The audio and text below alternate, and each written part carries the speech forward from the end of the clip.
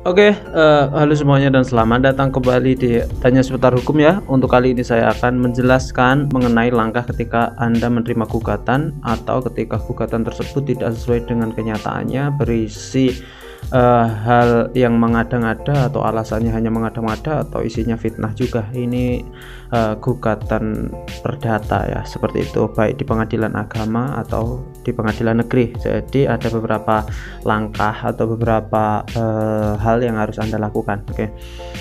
Biasanya ketika ada gugatan itu kadang-kadang bingung menentukan langkahnya ya, apalagi orang awam yang tidak mengerti sama sekali, belum pernah datang ke pengadilan, kok tiba-tiba dapat surat panggilan yang ada logonya pengadilan ya, itu biasanya langsung bingung mau ngapain ya, apa yang harus disampaikan, apa yang harus diperbuat, atau apa yang harus dilakukan, kok tiba-tiba ada panggilan sidang di pengadilan. Jadi yang pertama, silahkan ketika sudah mendapat surat panggilan, biasanya di situ akan ada surat gugatannya juga. Silahkan Anda baca terlebih dahulu gugatannya mengenai hal apa. Bisa saja gugatan tersebut mengenai gugatan perceraian atau gugatan di pengadilan agama, bahkan bisa juga gugatan-gugatan di pengadilan negeri berupa perbuatan melawan hukum atau prestasi. Mungkin Anda melakukan hutang piutang yang belum Anda jalankan, kewajibannya belum Anda jalankan, atau Anda misalnya melakukan pelanggaran atau perbuatan melawan hukum ya. Jadi pahami dulu isi gugatannya itu apa. Selanjutnya, jika gugatan tersebut tidak sesuai dengan fakta dan kenyataan yang ada, maka Anda harus menyampaikan juga bahwa gugatan tersebut tidak sesuai kenyataannya. Karena nanti setelah ada agenda gugatan tersebut, nanti ada agenda mediasi dan agenda jawaban atas gugatan. Untuk agenda jawaban atas gugatan tersebut, nanti pihak tergugat diberi kesempatan yang sama untuk menyampaikan atau membantah dalil-dalil gugatan pihak penggugat, bahkan bisa membuat gugatan balik yang sebenarnya itu seperti apa ya. Kalau di perkara perceraian ya bisa membuat gugatan rekonvensi atau gugatan baliknya berupa tuntutan-tuntutan yang lain, tuntutan-tuntutan anak atau tuntutan-tuntutan godok ini atau tuntutan-tuntutan nafkah, itu bisa kalau di pengadilan agama. Jadi pahami dulu. Selanjutnya, pahami juga konsekuensi jika pihak tergugat atau Anda sebagai tergugat tidak hadir persidangan. Di hukum acara perdata, ketika pihak tergugat itu tidak hadir di persidangan atau tidak menghadiri panggilan sidang, maka akan dipanggil lagi, surat panggilan akan dikirim lagi ke alamat pihak tergugat. Dan ketika sudah 3 kali dipanggil berturut-turut secara patut dan tidak hadir, maka perkara tersebut akan diputus secara first take, apalagi perkara-perkara di pengadilan agama.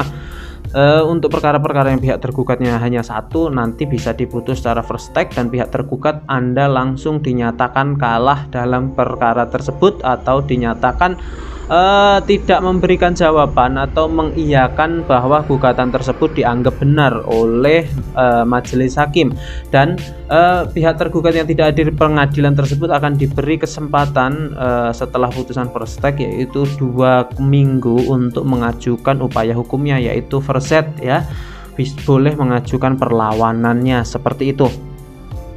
Jadi saya rasa dan saya pikir dan saya sarankan ketika Anda mendapatkan surat panggilan sidang, apalagi isi dari gugatan tersebut tidak sesuai, Anda harus menggunakan hak Anda dan hadiri sidang tersebut. Jangan sampai Anda nggak hadiri sidang tersebut. Selanjutnya, ketika Anda memang tidak mengerti prosedur hukumnya, tidak mengerti tata cara di pengadilan itu apa yang harus dibawa dan bagaimana caranya, Anda bisa konsultasi ke konsultan hukum, ke pengacara, konsultasi ke saya bisa dengan menghubungi nomor di depan, atau Anda bisa langsung menyewa jasa pengacara. Kalau butuh pengacara, sewa saya juga bisa, kabari saya juga bisa. Kenapa kok harus menggunakan pengacara? Karena nanti ada beberapa dokumen, apalagi itu perkara-perkara perdata seperti halnya prestasi atau perbuatan melawan hukum, itu nanti ada banyak sekali dokumen-dokumen atau dokumen-dokumen legal opinion yang harus dibuat, seperti halnya jawaban atas gugatan, replik, duplik, pembuktian di persidangan ya. Setelah itu kesimpulan, itu harus ada saran-saran hukum terbaik ya.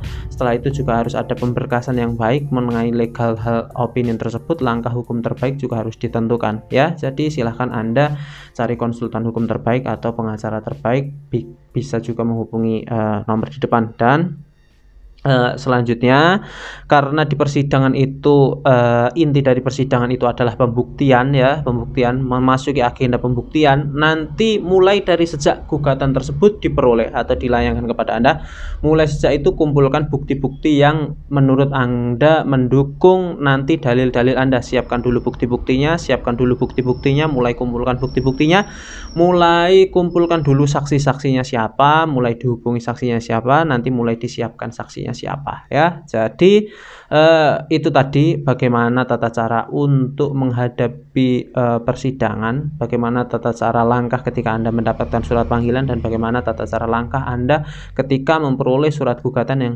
tidak sesuai dengan keadaan yang sebenarnya atau mengada-ngada. Seperti itu. Saya pikir itu cukup seperti biasa. Semoga bermanfaat dan terima kasih. Assalamualaikum warahmatullahi wabarakatuh.